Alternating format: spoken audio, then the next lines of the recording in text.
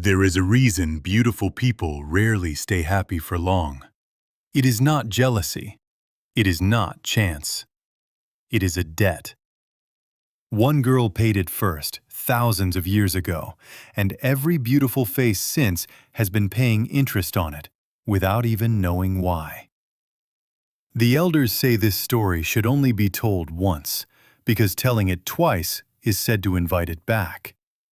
But you are going to hear it anyway. Long before maps had names for places, there was a small village next to a still black lake. It was a poor village, a forgotten village. Nobody wrote about it, nobody visited it, and that is exactly how it liked to live.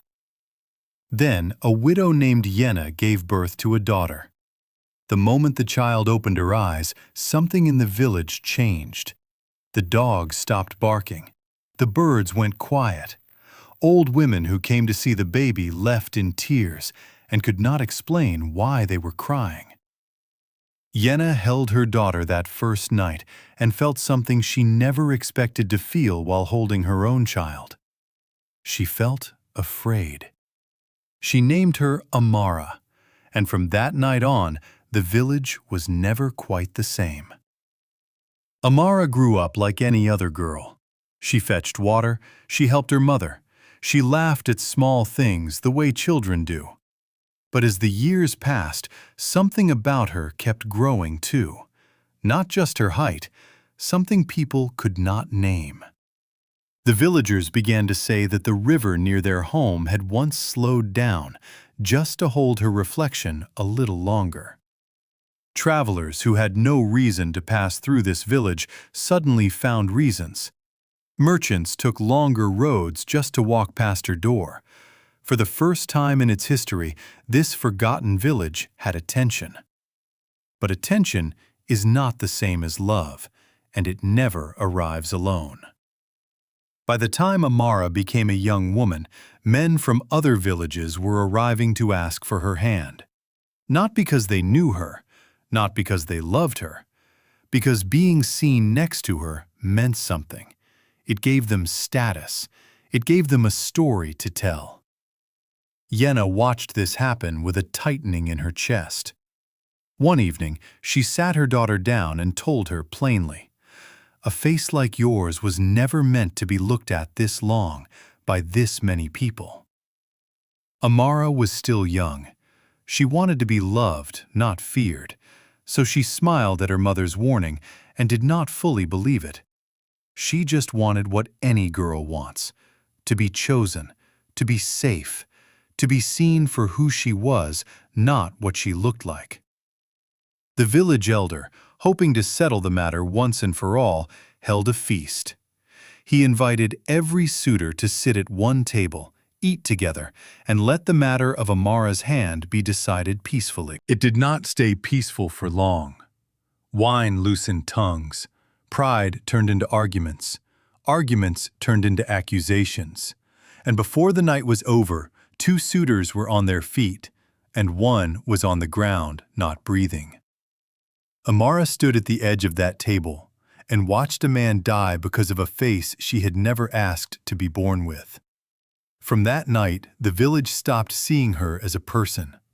They started seeing her as the reason. Grief spread through the village like smoke. People needed somewhere to place their anger, and slowly, quietly, they placed it on Amara. Whispers followed her now instead of admiration. Doors that once opened for her began to close.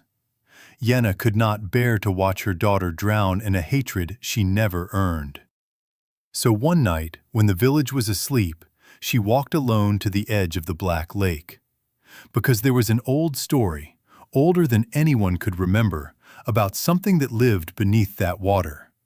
Something that was said to answer prayers about beauty, for a price. Yenna knelt at the water's edge and called out into the dark. The lake did not answer with a monster.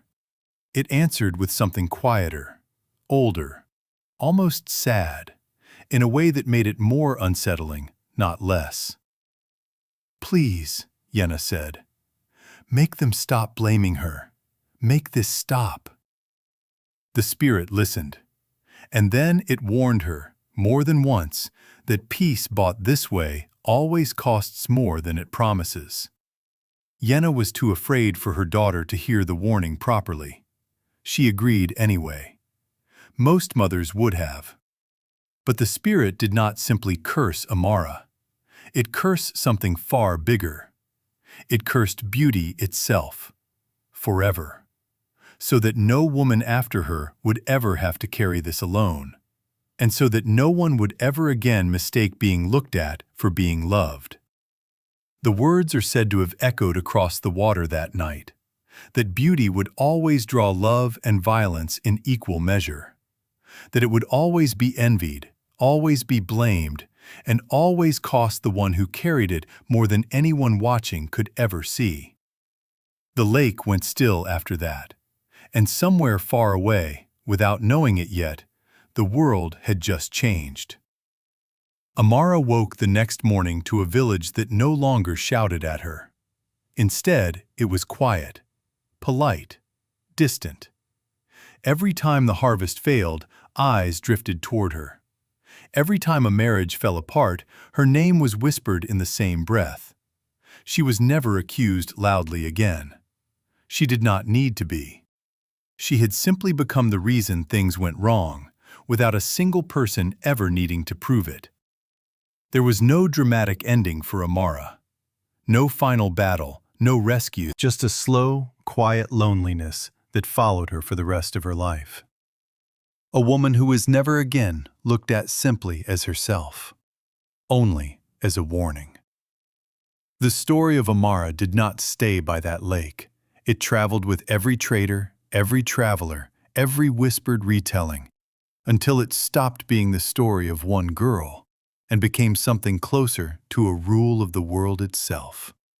And maybe that explains something you have already noticed: why beautiful people are so often the loneliest in a crowded room. Why they are envied by strangers who have never spoken a single word to them. Why beauty invites obsession one moment and cruelty the next, in every generation, in every place, without ever asking permission. The lake is gone now. Nobody remembers exactly where it was, but the debt it created never left. Beauty was never the reward it looks like from the outside. It was the price Amara paid first, and it has been quietly charging interest on every beautiful face that came after her. So the next time you find yourself envying someone's beauty, remember this. Somewhere, a girl once stood by a still black lake and would have given it all away just to be looked at, and only that for one single day. If you like my video, please subscribe to my channel and hit the bell icon for early notification for the new video. And also tell us in the comments that which part you like the most.